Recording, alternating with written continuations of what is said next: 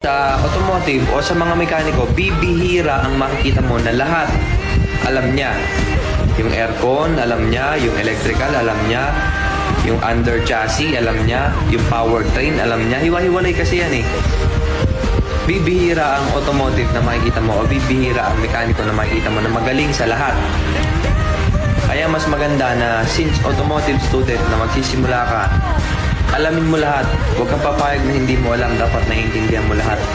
Dapat may alam ka sa aircon, sa electrical, sa under chassis. Hindi ka man magaling, pero dapat alam mo. Automotive student doesn't mean na magiging mekaniko ka lang or magiging ganito ka lang. Hindi nila lang yan, guys. Ang pagiging automotive, napakaraming opportunities. Kung gusto mo magmekaniko, then go. Stay for being mekaniko.